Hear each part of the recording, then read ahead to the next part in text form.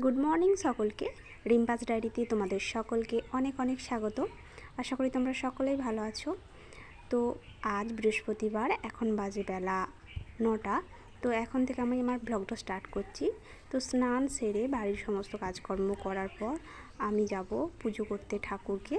তো আজ যেহেতু বৃহস্পতিবার, সারাদিন বাড়ির প্রচুর কাজকর্ম থাকে, আর আমার যেহেতু একা হাতে অনেকটা বাড়ির পুরো কাজটাই সামলাতে হয়, সেহেতু একটু টাইম হয়ে যায়, দেরি হয়ে যায় আমার বাড়ির কাজকর্ম সারতে সারতে। তো দেখো, সকাল সকাল নিচের এই যে রুমটা, এটা পরিষ্কার করে নিয়েছি। দোতলার রুমগুলো পরিষ্কার করে নিয়েছি। নেবার পর আমার ঠাকুরঘর কিন্তু 3তলায়। আমার মতো তোমাদেরও কার কার ঠাকুর বাড়ি 3তলায়, সেটা অবশ্যই কমেন্ট করে জানাবে। আর দেখো, এটা হচ্ছে আমার ছেলের রুম।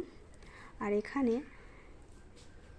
রুমের মধ্যে ওই যে ঠাকুর আছে যে সমস্ত, তাদের প্রণাম করে নিলাম। আর এখানে চুলটা আঁচড়ে একটু সিঁদুর পরে নেব, কারণ যেহেতু লক্ষ্মী পুজো, সেহেতু আমাদের তো হিন্দু বাড়ির প্রত্যেক মেয়েরাই স্নান সেরে সিঁদুর পরে তারপর পুজো করে, সেটা তো সকলেই জানো। তো তার জন্য আমি জাস্ট সিঁদুরটা পরে নিলাম আর চুলটা আঁচড়ে নিলাম। এবার যাব ছাদে। ছাদে এই যে কতগুলো ফুলের গাছ আছে, এই গাছগুলো কিন্তু অনেকদিন আগে লাগানো, এখন অনেকটা শুকিয়ে গেছে। আর এখন ঝড় বৃষ্টির জন্য এই ছাদের পাঁচিলের মধ্যে দেওয়ার থাকলে গাছগুলো নিচের দিকে পড়ে যায়, আর কারোর মাথায় পড়ে গেলে কোনো দুর্ঘটনা ঘটতে পারে, তার জন্য আমি ওগুলো সরিয়ে নিয়েছি। আর তুলসী গাছে জল দিয়ে দিলাম প্রথমেই। তারপরে এই যে ঠাকুরের ঘরটা ভালোভাবে পরিষ্কার পরিচ্ছন্ন করে নিয়ে মুছিয়ে পরিষ্কার করে তারপর ঠাকুরের পুজো দেবো। আর বাইরের এই যে দৃশ্যটা দেখো, এটা হচ্ছে আমাদের বাড়ির ফ্রন্টটা, মানে সামনের দিকটা শুধু মাঠ। যেহেতু একদম গ্রামের দিকে বাড়ি, সেহেতু মাঠঘাট তো থাকবেই। তো এরপর এই যে 3তলায় সিঁড়ি বেয়ে ঠাকুর ঘর। তো এখানেতে ঠাকুরের সমস্ত জোগাড়গুলো করে নিয়েছি, ফুল, জল, সিঁদুর, আর ঠাকুরকে জল বাতাসা দিয়ে দিয়েছি, ধূপ, প্রদীপ আর শঙ্খধ্বনি। এগুলোই তো মেনলি লক্ষ্মী পুজোর উপকরণ, তোমরা সকলেই তো জানো। তো পুজোটা করে নেব। আর বৃহস্পতিবারটা আমাদের হিন্দু পরিবারের প্রত্যেক মেয়ের বউরাই কিন্তু লক্ষ্মী পুজোটা করে থাকে। অনেকে ব্রাহ্মণ দিয়ে করায়, আবার অনেকে নিজেরাই করে। তো আমাদের ছাদটাতে প্রচুর পরিমাণে পাতা পড়েছে। প্রতিদিনই যেহেতু বৃষ্টি হচ্ছে, ঝড় বৃষ্টির জন্য প্রচুর পরিমাণে নোংরা হয়।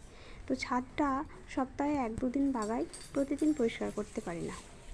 তো আজকের ব্লগটা এই পর্যন্তই। আর সকলে ভালো থাকবে, সুস্থ থাকবে। আর তার সাথে সাথে আমার যে চ্যানেলটা অবশ্যই সাবস্ক্রাইব করে দিও। টাটা।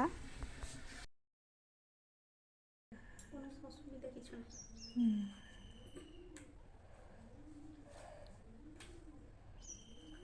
ঢ্যাঁড়স পাতা এটা ঝোল ঝোল করে করতে খাওয়া হচ্ছে ঝিঙে আলু পোস্তা দিয়ে।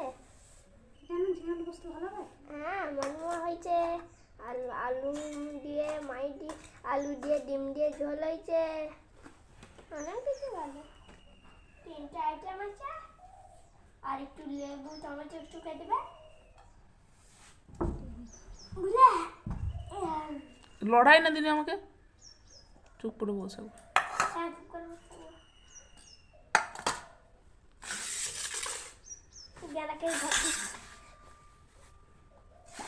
বন্ধ করবো,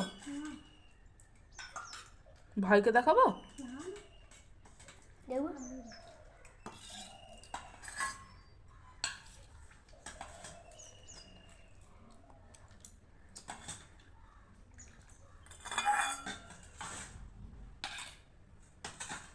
বলে দাও, এখন ভাত দেওয়া হয়ে গেছে।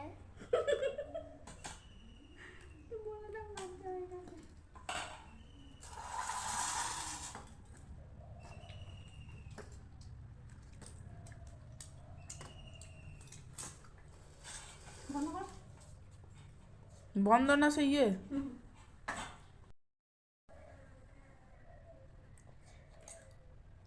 কেটে